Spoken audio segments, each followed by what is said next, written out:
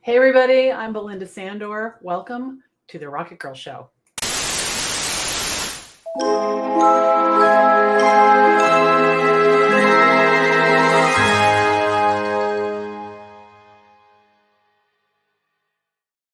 Hey, everybody, I'm Belinda Sandor, also known as Rocket Girl. Welcome to the Rocket Girl Show.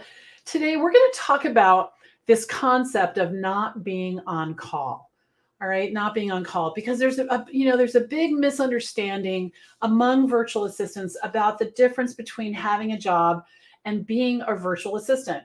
And it's funny because when I think about this, the way I kind of remind myself, and maybe it'll make you laugh too, is I think we're not the fire department, right? We're not the fire department. So if you kind of keep that in the back of your mind, I think it will be helpful. So I'm thrilled you're here. Please tell me who's here, where you're coming in from, so I can say hello.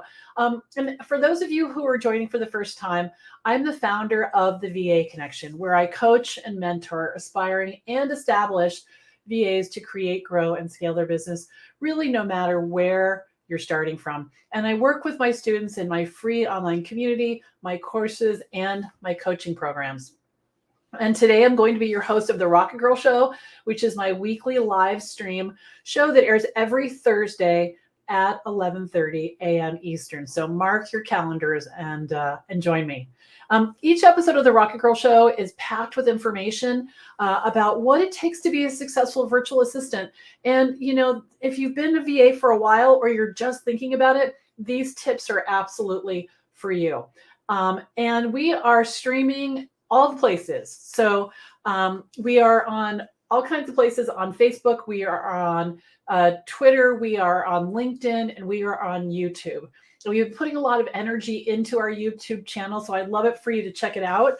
I think we have close to 700 videos there right now. So if you're watching on YouTube, or if you're not subscribed, head on over there and click the subscribe button so you'll be notified, and the bell so that you'll be notified every time we go live. And we do a ton of free live trainings. We have at least 2 free live trainings every single week, sometimes a lot more. Okay. So today we're going to talk about breaking free from the seemingly endless demands of being at a client's beck and call. All right. And we're going to talk a lot about boundaries, and we're going to talk about why this happens, how to correct it, and how to make sure that you are getting off on the right foot with your new clients. So let's say hello. So hello, we've got Yvonne. Hello from California. Good morning from Norwalk, Connecticut. That must be Lori. Hello. Frederica's here from Amsterdam, and Tammy's here from Florida. Hello, Jane in England, and Heather's here from Chattanooga. Carol is here from Northwest Montana. That is awesome. Awesome. Awesome. So it's so great to see all of you. It's great to see all of you. It looks like Michelle is here from Frisco, Texas. So welcome. All right, so let's talk about this. This is an important topic. We just had a session of VA School this morning, and we talked about this at length there as well. And it can be really an eye-opener to a lot of people who have their own businesses. And, specifically because we're in this helper industry of being a VA, it can be tricky. Add on top of that we are professional people pleasers. Right? That's part of our DNA. And that gets us in trouble. All right. So let's just jump into this concept a little bit deeper. So when you have a job, you're at the office, the boss can walk over to you at any time and ask you to do something right now. Right? That's what a job is like. And when you have a job and you work from home, the boss can send you a message at any time and ask you to do something right now. And when you have a job, you're expected to be available for requests from your boss from 9 to 5, Monday through Friday, sometimes even after regular working hours, right? Or your shift, whenever it is you're working. And most of us have experienced that, right? We've had jobs and we know, and I see this because my husband works from home.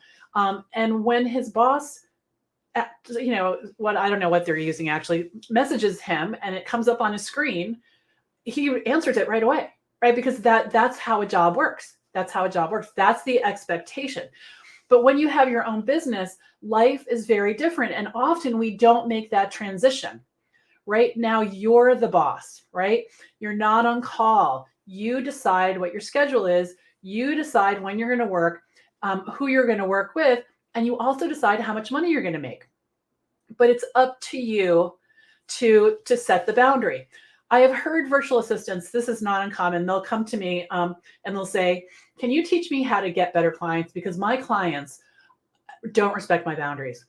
The problem is that they've been trained or are not been trained to do just that. So we can't say to a client, the first day we work with them, I only work these hours and expect them to remember that or to even care. It's not that they're not lovely, wonderful people. They're just not in charge of keeping your boundaries. You're in charge of that. Now, I want to talk about attitude when it comes to boundaries, because this is really critical. You don't want to take Heather just gave me this word. I can't remember. She just told me. I was trying to think of this a minute ago. You don't want to take be on the defense. You don't want to be defensive about your boundaries. You don't need to rationalize them. You don't need to have any kind of negative energy come into this.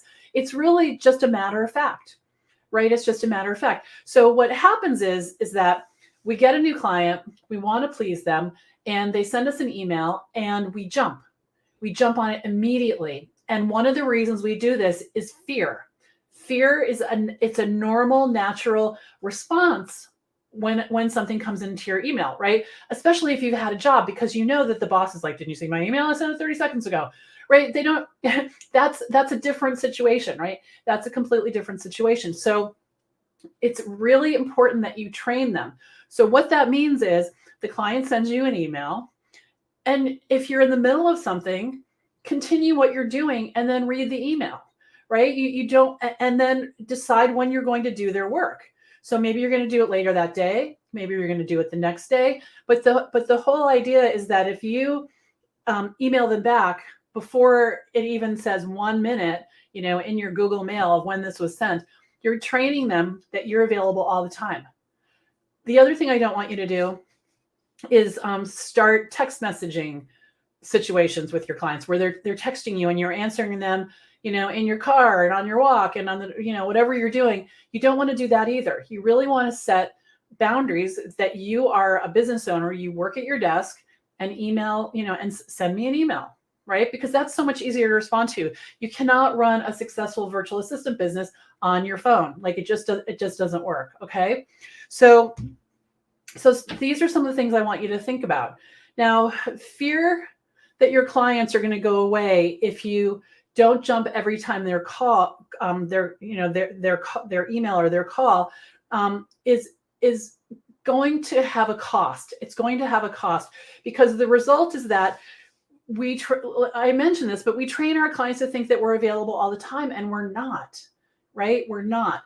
So this can be delivered in a way with the right attitude so that everyone understands, right? So that everyone understands. So let me give an example that I used the other day, actually this morning. So I had a client who emailed me. He emailed me on a Thursday night. It was, I think it was like 5:36. It was after the time that I was at my desk. Maybe it was 7. So it was like really clear I was not at my desk. To me, it was clear. He's not tracking that. So he sent me an email and he said, can you schedule a time on my calendar with this person in the next 2 weeks? I read it. I saw that it wasn't an emergency and I did not reply. It's 7:00 at night. Okay. Later on, he texted me about the email and I didn't respond. The next morning, he texted me before working hours, let's say 7:30 in the morning, and texted me again. I waited until normal working hours for me, which was probably, 8:30. And I texted him back. I said, I'm heading to my desk. I'll take care of this first thing. I did not get angry. I did not get upset. I didn't do any of that. Why would I ruin my whole night? Because this guy is like, impatient, right? I didn't do that. I just thought, wow, this is probably important to him. But see, the difference is that I waited until I entered back into work zone and then I handled it. In his world, 13 hours had passed and he's losing his mind. But that's because in his world, he works all the time and he has a company with employees who probably jump, right? And that's what he's used to. So in the end, he did not turn out to be a good fit for me. And that was fine because I can't live my life with this like adrenaline rush all the time of people like snapping their fingers and me jumping. That is not to say I care about my clients. I do good work. I respect them. And the thing is that boundaries are all about you respecting yourself, right? You respecting yourself. So the boundaries that I set, I set them ahead of time. So I can decide if I want to break them. If a client that's usually very respectful, lovely, she has an emergency on a Wednesday night and she wants me to do something, if I'm free, if it's not going to make me mad, which is the filter I use all the time, is this going to make me mad if I do this? It's not going to make me mad and it works for me. I'll say to her in the email, just so happens I'm available tonight and I'm happy to help you. But do you see, it's like, I'm available tonight. This is I'm setting the boundary even by breaking the boundary. I'm being clear and direct. Okay. So that's what you want to do. Yeah. And someone says boundaries are healthy. I was just speaking to someone about this today. Yeah, it's important. And the thing that I just want to make sure that you don't do, because this will have the opposite effect. I've had people do this with me and I don't like it. They get all badass about it. Like, they're accusatory. Don't do that, because you can set boundaries and still completely be in service. You can completely be in service. But the key is to decide ahead of time. And then when a client does break the boundary, you decide what you're going to do. And most of the time I want you to do nothing, right? I want you to do nothing. So here's a couple other examples. All right. So I have had a client email me on Sunday and ask me to do work for them that afternoon. I did not respond to the email. And I emailed them about 10 o'clock on Monday and said, I was away from my desk enjoying the weekend. I'm just seeing this. I can fit this into my work today at 3. Does that work for you? They might have already done it. So I'm asking, but there was no apology there. There was no, there was nothing, because there was no posturing on my part. I didn't say, how dare you email me on Sunday and ask me. It was just like, I just got back to work, right? So don't get emotionally charged up because you're just wasting your time, right? You're just wasting your time. Same thing as if you get angry, I can't believe they're asking me to do this. Just don't do it. Okay. So here's what happens when you have this attitude of healthfulness and, and all the things, is that I get emails like this. So I'm going to read this. This is an actual email that I have in my notes here. Hi, Belinda. I'm wrapping up my email newsletter draft today and expect to send it to you by tonight. Will you have time to do your magic and schedule it to go out via MailChimp next Tuesday or Wednesday? Happy summer. That's how my clients speak to me, right? And that's because they know that they can't just fling something over the fence and then I'm gonna jump and do it. Now the thing is that you have to set this up from the start. You have to set this up from the start. And I do remember the feeling of it being excruciating to not respond right away, right? Not respond right away because we want to help them. So let me look in the comments. Yeah. Exactly. So this can happen too, right? Yvonne said, I had a new client call after 6 o'clock, then text that I was ignoring them. I saw the voicemail and the message, but we had company, so I waited until they were gone and texted that I would look at the issue the next day. In the morning, she texted, never mind, she figured it out. That's fine, right? That's fine. It also, the first couple of times that happens, it probably, that might have felt really bad. Like I let them down, I didn't help them. But, you get to have a life. You get to have a life. You absolutely do. And that's why the attitude is so important.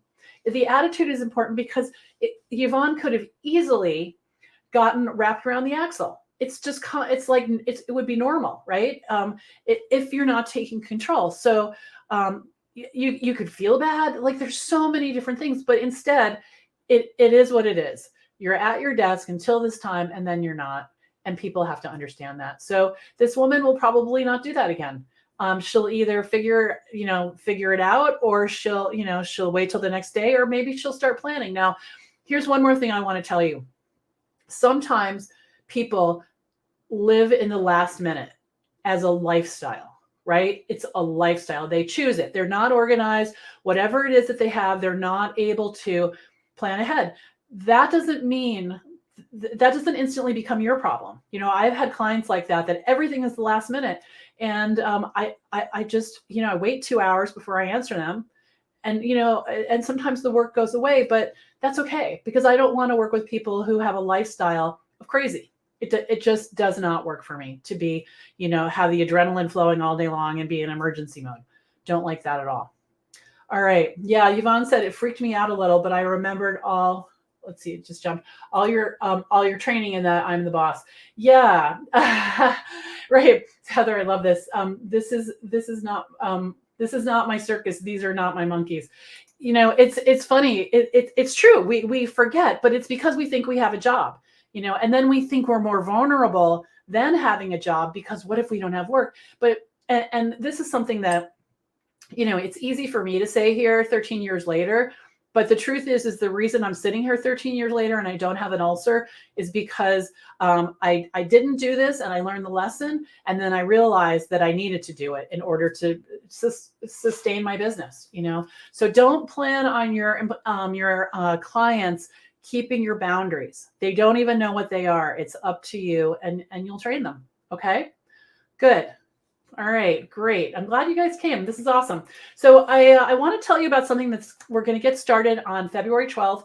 It's a free 5-day training. It's called Kickstart Your VA Business. It's a 5-day training where I'm going to teach you how to choose your services, how to talk about your work.